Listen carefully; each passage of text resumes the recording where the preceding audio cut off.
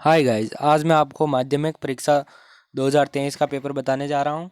यह आपको कंपलसरी ये क्वेश्चन ही आएंगे। आपको सभी क्वेश्चनों को नोट करते जाना है और चैनल को सब्सक्राइब कर देना है। पहली बार आए हैं तो ठीक है, नहीं तो आप चैनल को सब्सक्राइब जरूर करें और सारे क्वेश्चनों को देख ले एक बार। पहला है, मानव में फुसफुस फेफड़े किस तंत्र का भाग है? इसमें मेरे हिसाब से परिसंचरण होगा, आप देख लीजिए और कमेंट में लिख लीजिए। निम्न में से कौन सा पादप हार्मोन है? मेरे हिसाब से इंसुलिन होगा, आप कमेंट में बताइए कौन सा है। कौन से वैज्ञानिक को आनुवांशिकता का जनक कहते हैं? आप इसमें से कोई होगा, देख लीजिए, चारों में से किताब में से ढूंढ ढूंढ के लिख लीजिए। निम्न में से किस रसायन का उपयोग फोटोग्राफी में होता है?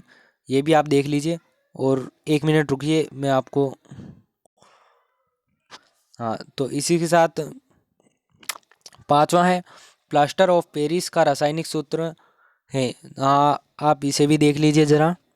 और इनमें से चारों में से कोई होगा, आप किताब में नोट करते जाइए और इसके बाद क्वेश्चनों को हल कर लीजिए, क्योंकि यही परीक्षा में आएंगे। इसी के साथ छठा है, निम्न में से उत्कृष्ट गैस हैं।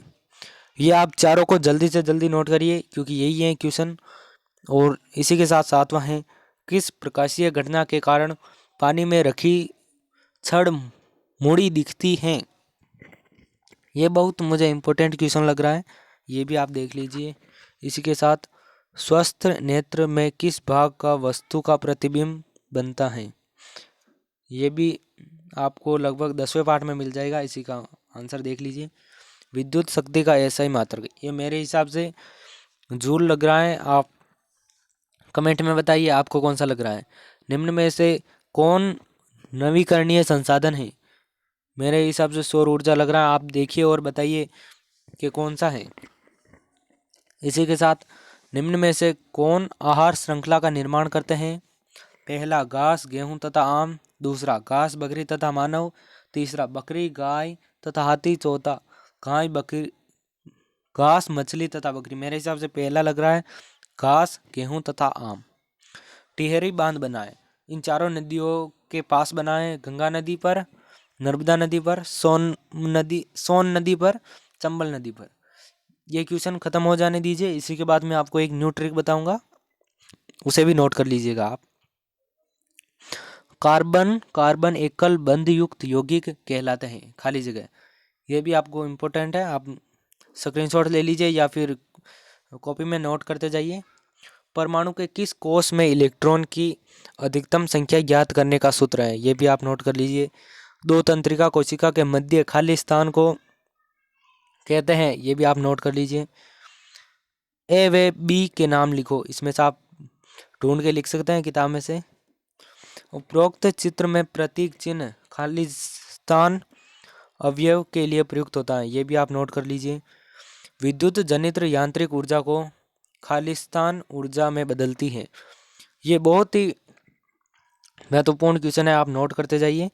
और इधर ही है अति लघुत्रात्मक प्रश्न, ये भी आप देखिए। अवक्षेपण अभिक्रिया से आप क्या समझते हैं? ये भी आप देख लीजिए। इसी के साथ दूसरा क्वेश्चन, उदासीन विलयन के पीएच का मान लिखो। इसमें पीएच का मान 7 है, उसे नोट कर लीजिए।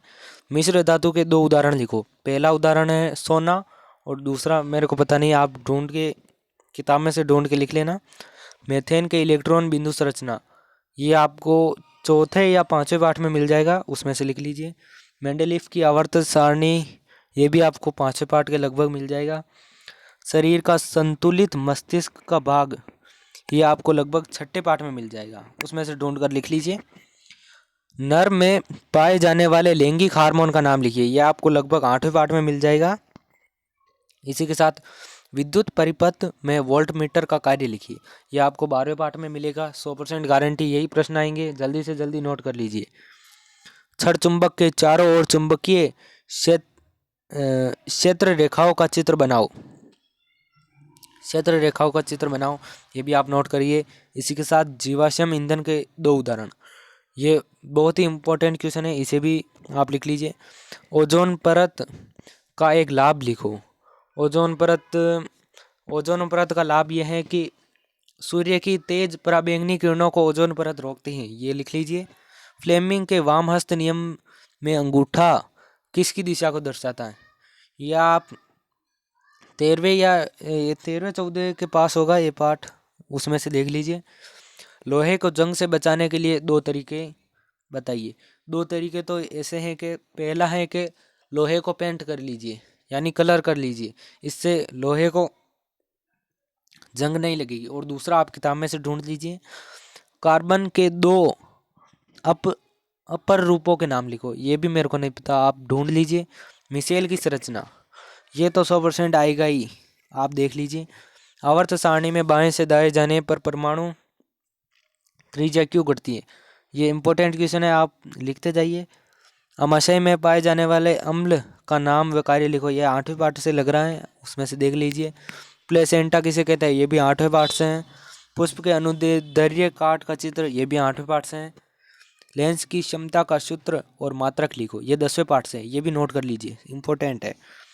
किसी चालक का प्रतिरोध किन किन कारकों पर निर्भर करता है? कोई दो उदाहरण लिखिए।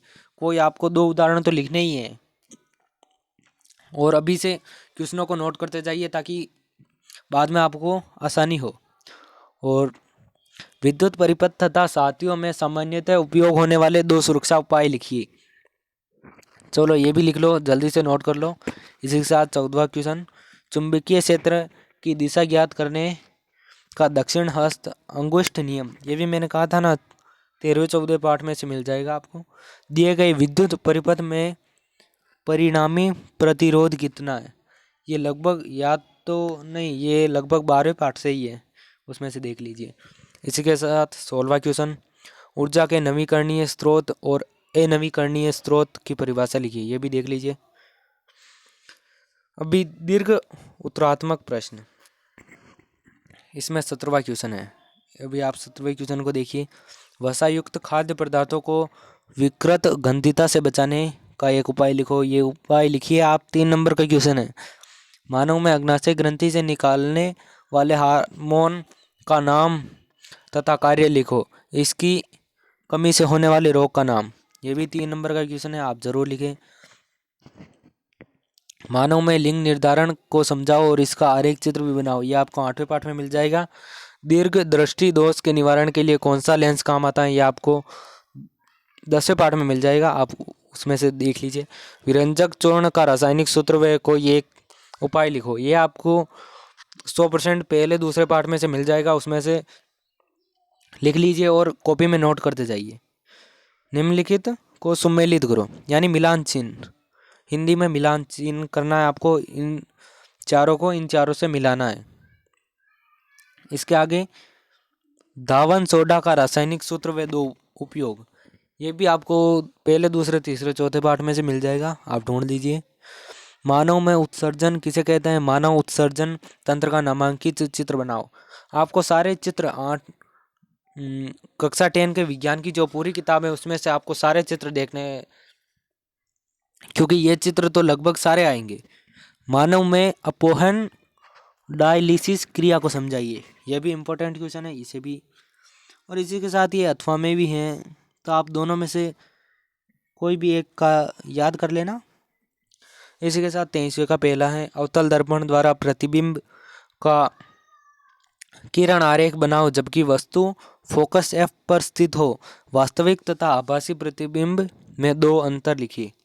और इसी के साथ इसका अथवा में भी है, दर्पण में लेंस में दो अंतर लिखिए, हाँ अथवा में है। और बस इसी के साथ ये यहाँ पर समाप्त होता है।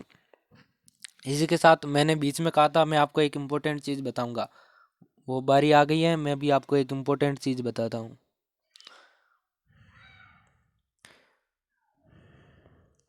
ये देखिए, ये आपके सबसे इम्पोर्टेंट क्वेश्चन, इसमें से यहाँ पर पहला पाठ देखिए, रासायनिक अभिक्रिया व समीकरण। इसमें से यहाँ पर इसमें से एक प्रश्न आएगा वस्तुनिष्ठ में से, और एक आएगा अति लघुत्रात्मक से, और 3 आएंगे दीर्घ उत्तरीय में से। इसलिए आप नोट कर लीजिएगा इन सारों को और ध्यान से देख लीजिएगा, क्योंकि यही इम्पोर्टेंट क्वेश्चन होते हैं। चलो इसी के साथ हम अगले वीडियो में मिलेंगे। इस वीडियो को लाइक शेयर कमेंट करना ना भूलें, चैनल को सब्सक्राइब जरूर करें।